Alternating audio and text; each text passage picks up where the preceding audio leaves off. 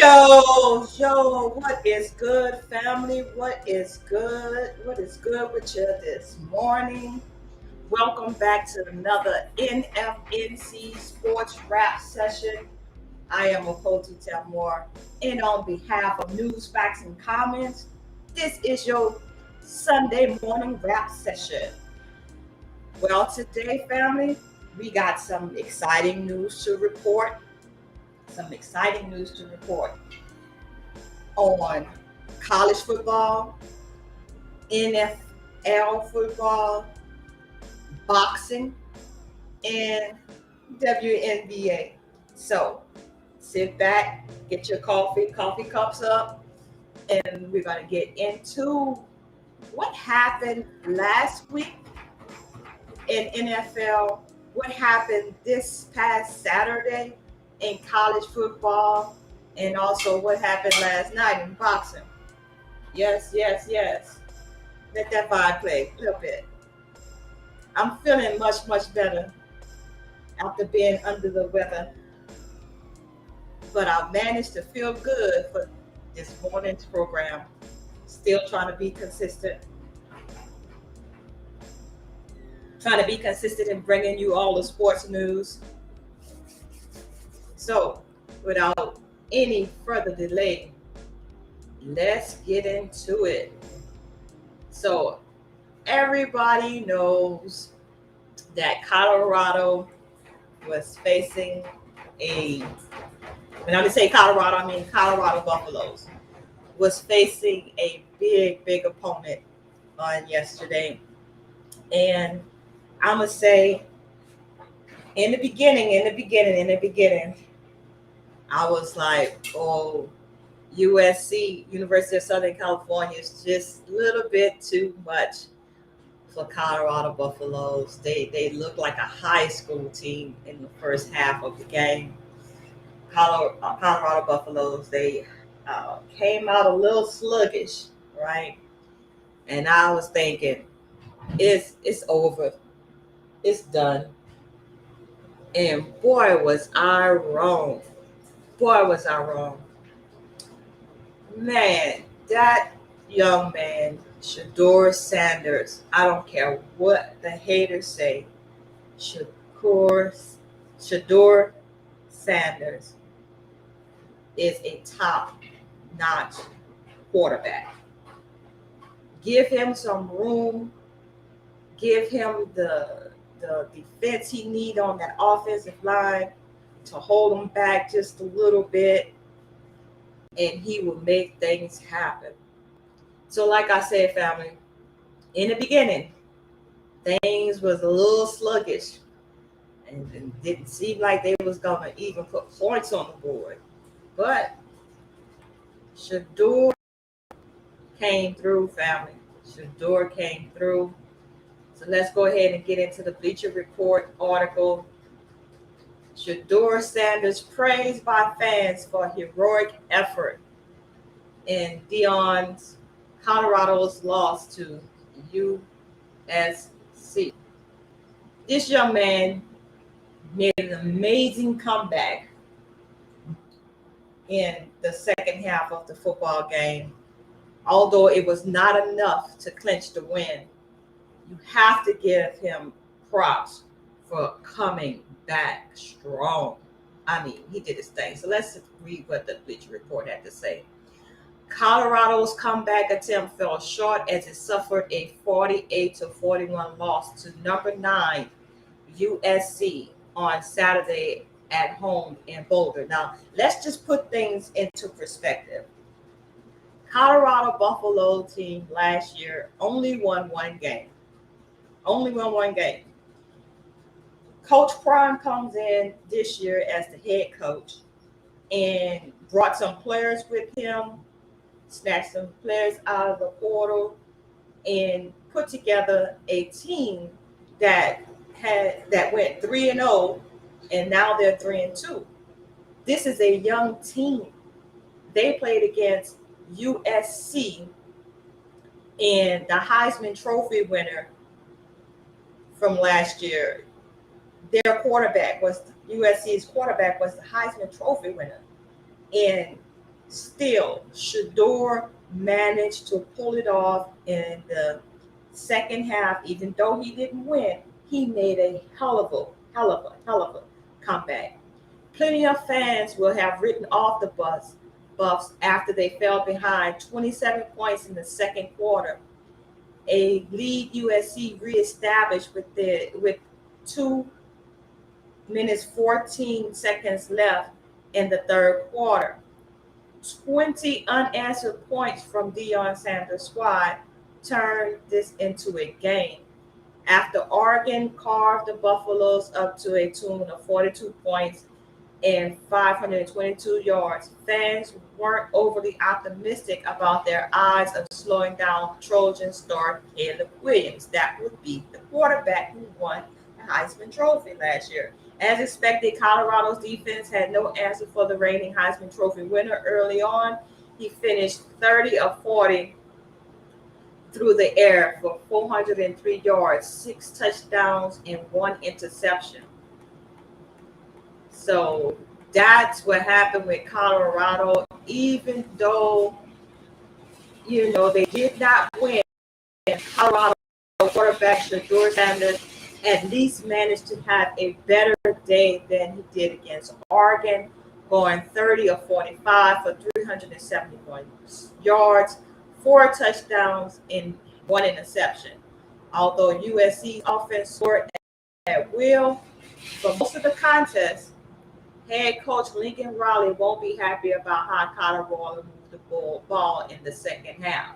And let me tell you, fam, Coach Prime did not flinch on saying how much he was inspired by the comeback, but yet admitted that his team needs to get out there and again,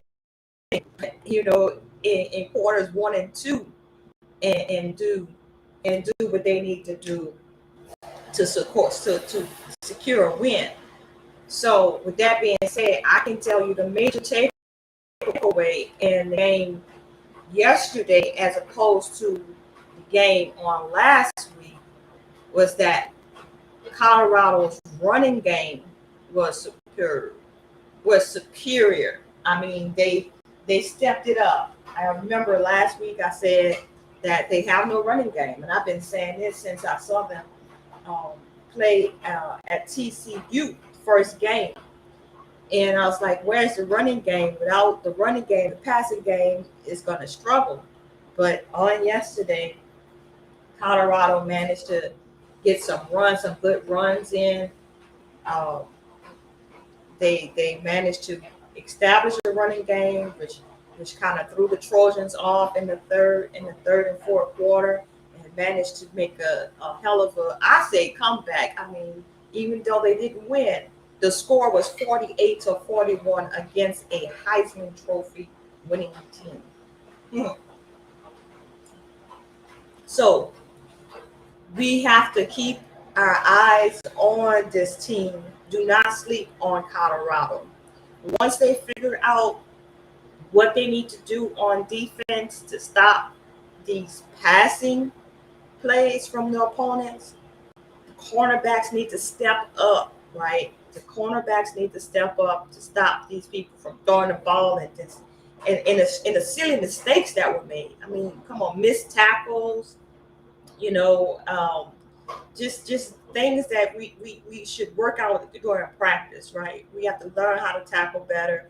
Cornerbacks need to be on their game and stop these wide receivers. And if they put that together with their running game and Shador's arm, man, this team will be victorious down the line. I know they have some extraordinary teams to play for the rest of the season, but after watching them do the comeback yesterday and put up all those points in the third and fourth quarter, I got to get shots out to them because guess what?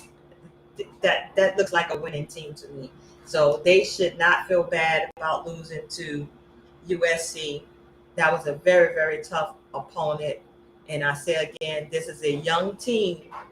And I think because they haven't been playing together for years, they have proven that they have what it takes to compete in the Big 12. So let's go ahead and move on to other sports news. College football news. Let's go ahead and change the screen for us, and let's see what else we had happening in college football. Let's see, college football.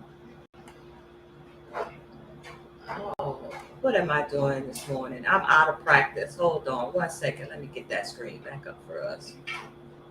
Let's get the college football scores and rankings. Now, there was another game that caught my eye, and that was the University of Florida Gators versus Kentucky. Unranked University of Kentucky defeats number 2 ranked University of Florida 33-14. That was very, very surprising to me. So, as you can see at the top of the board here, we have all the scores from yesterday. Utah lost to Oregon State 21-7. PSU versus Nebraska University 41-13. USC, of course, I just told y'all that one, 48-41, serving Colorado another loss. Florida, ranked number 22, was defeated by University of Kentucky 33-14. Georgia defeats Auburn.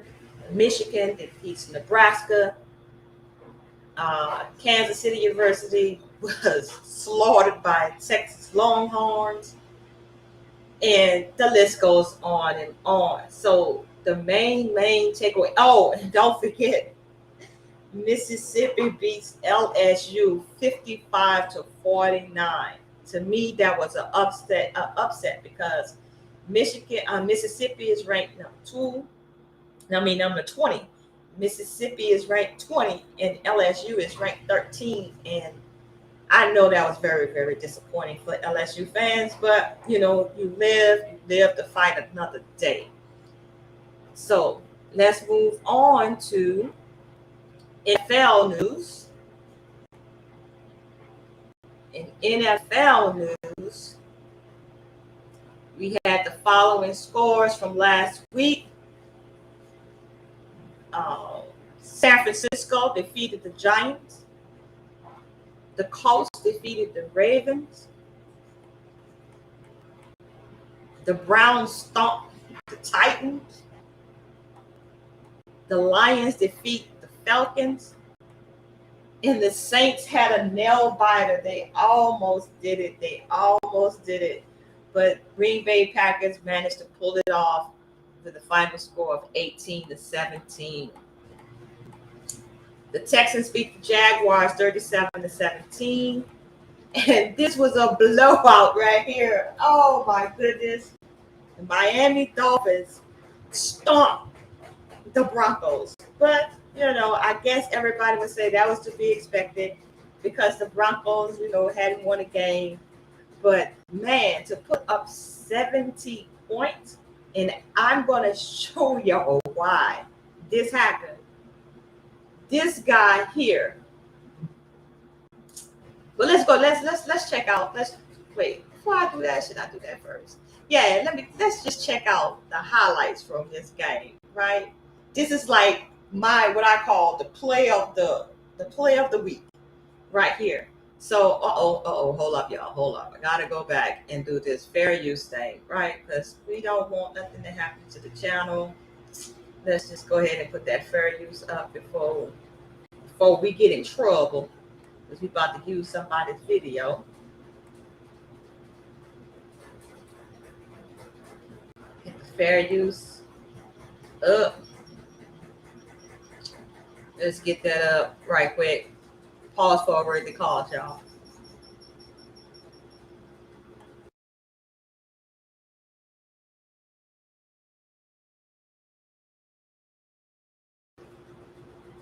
Okay. Fair use. So, moving on to this right here. Let's get that big on the screen. Let's get that big on the screen.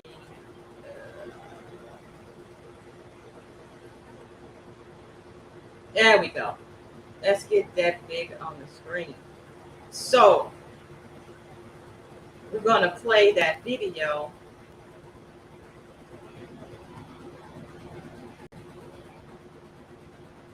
Check out this play right here. This is my play of the week in NFL football. With a second down and goal. Oh, look at that. Shovel pass. A-Chain breaks a tackle and dives for 6. Say what, say what, say what. Slashing his way for a Miami touchdown. Hey, let's watch it again. Second down and goal. Oh, look at that. Shovel pass. A-Chain breaks a tackle and dives for 6. Did y'all see that shuffle pass? Did y'all see that shuffle pass? I was like, wow, they never seen it coming. And they never seen it coming. So, speaking of Miami, y'all know I have my NFL fantasy team, right? So, even though we lost, yes, we lost. Even though we were slated to win, we still lost. Right? But this young man, let me show y'all this young man right here. Let's pause for another worthy cause.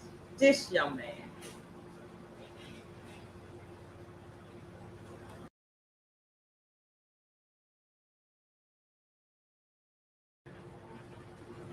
That young man is my MVP on my fantasy football team, right? Raheem Mostert. Let me show y'all what he did. Let me show y'all what he did for the team. You know, I like to highlight when people do some amazing things. This is what he did for the team. Let me show y'all. This is what he did for the team. Do y'all see this? He put up 45 points for the fantasy football team. This guy is unbelievable. For 2 weeks in a row, he was my leading scorer, outscoring the quarterback. Man, shouts out to Raheem Mostert out of Purdue, number 31. Man, come on. With him on my squad, I think I'm going to be very successful. I pray he does not get injured. You know, I just can't say enough about this guy.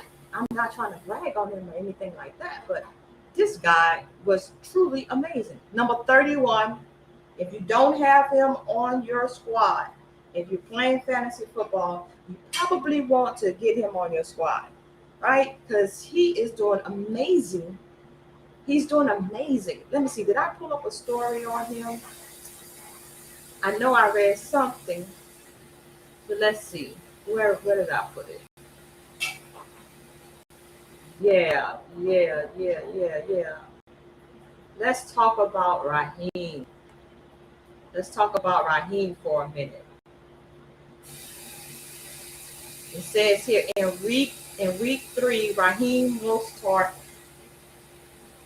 and Devon Achoti combined for 285 yards rushing, 11 receptions, 90 yards receiving, and 8 touchdowns. So they combined him with Devon Achoti. I think that's how you pronounce his name. But I tell you what, this young man, to give me 45 points, I just can't make this up. Total fantasy points, man. He's doing it. He's just doing it. Unbelievable what he's doing for my team. So for my fantasy team news for this week, of course, you know I'm sticking with my man Jalen Hurts at quarterback. Got Raheem Mostert at running back. Also got Jay Mixon at running back. Chris Goodwin at wide receiver. Jacoby Myers at wide receiver. Gerald Everett. Now, this was a switch. I had to switch up my tight ends because the other tight end I had, man, he just wasn't putting points on the board. So I'm going with Gerald Everett, tight end for Los Angeles Chargers this week. And then we got another wide receiver, James Conner. I hope he do better this week. Give me some points on the board. And let's see who I have for my defense this week. Defense, we're going with Minnesota. Defense, and my kicker is going to be out of Kansas City, Harrison Butker. So that's the NFL fantasy team for this week. On last week, we did make our weekly donation to the Otto.org fund based on Jalen Hurts' performance last week. We went ahead and donated to the Otto.org fund. If you haven't donated, and if you don't know who this gentleman is, check him out. Check out his case. Check out his story. We're still needing your help, still needing donations. So I want to see your names up here in this. You know what I'm saying? We got some people donated. Since I donated, there you go right there. NFNC Sports donated $120, and that's based on Jalen Hurts' performance last week. Let's see what he does today so we can help contribute to Otto.org Legal Defense Fund. All donations are tax deductible as a charitable contribution. So don't hesitate to do something for a worthy cause. And if you out there having an NFL fantasy football team, then I encourage you to take your quarterback points multiplied by 5 and then make that donation. You know. Okay, so let's get back to more sports. Still talking about the NFL, right? So we're going to look at who's leading the NFC, who's leading the AFC so far. Let me get to that screen. All right, where did I put it?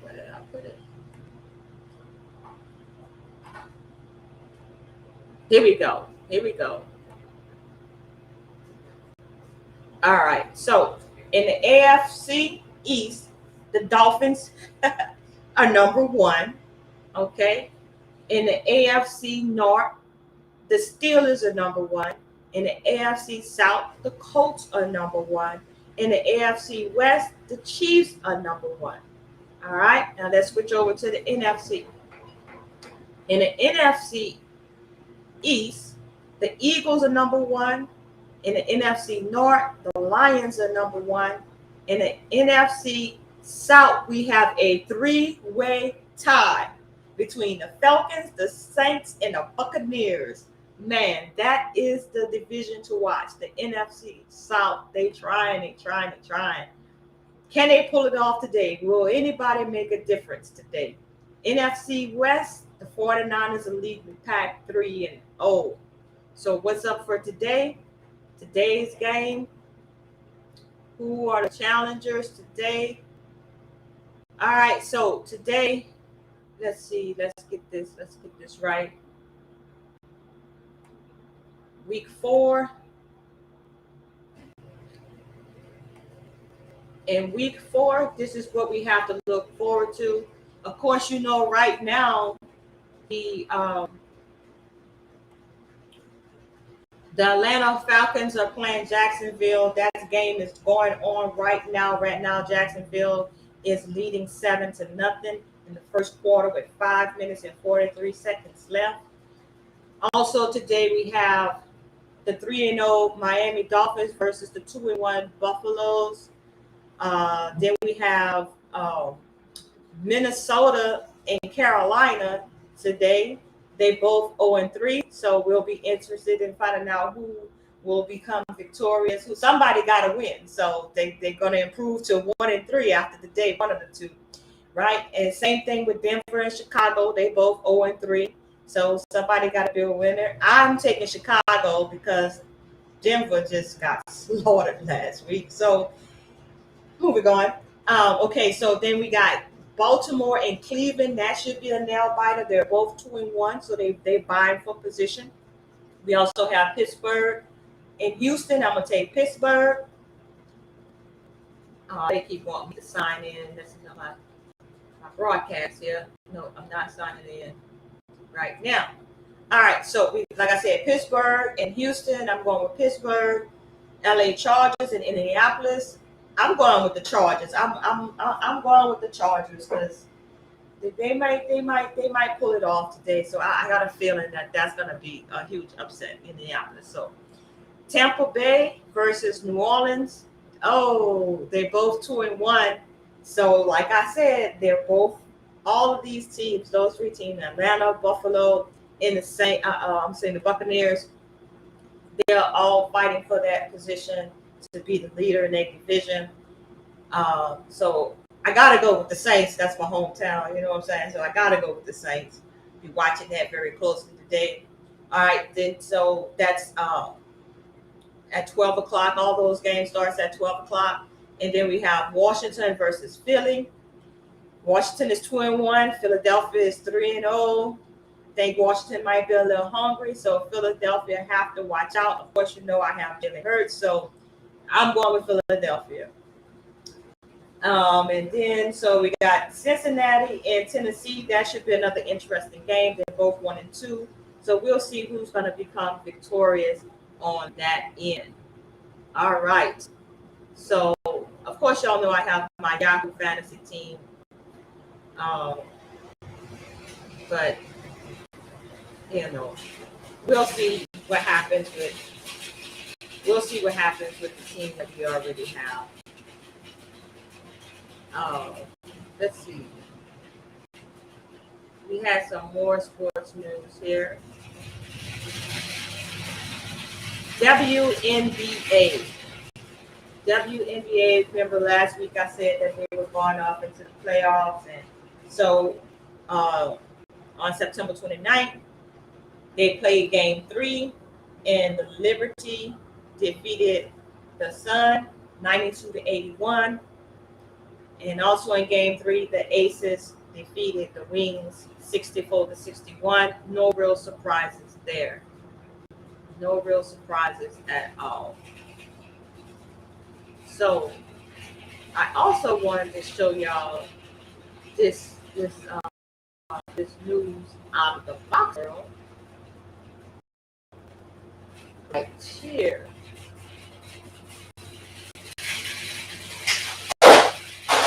The Canelo Alavarez, the Jermell Charlo. Man, I just thought that he was going to win, but he showed us different. I thought Charlo was going to win, but Canelo Alavarez did his thing. Just going to read this article right quick, a little bit of it. Canelo Alavarez is still the king and is going to take more than soothsayers to oust him. Alvarez silenced whisperers of his athletic decline, outclassing fellow undisputed champion Jermell Charlo at the T-Mobile Arena in Las Vegas on Saturday night. Alvarez played lion tamer to Charlo's lion, humbling a hungry challenger whose eyes were bigger than his stomach. Charlo traveled two weight classes north in hopes of adding a second undisputed title to his collection to no avail. Alvarez successfully defended his super middleweight championships against the undisputed junior middleweight champion, scoring a round 7 knockdown and winning nearly every round on the cards. It was the first fight in the 4-belt era between two male undisputed champions.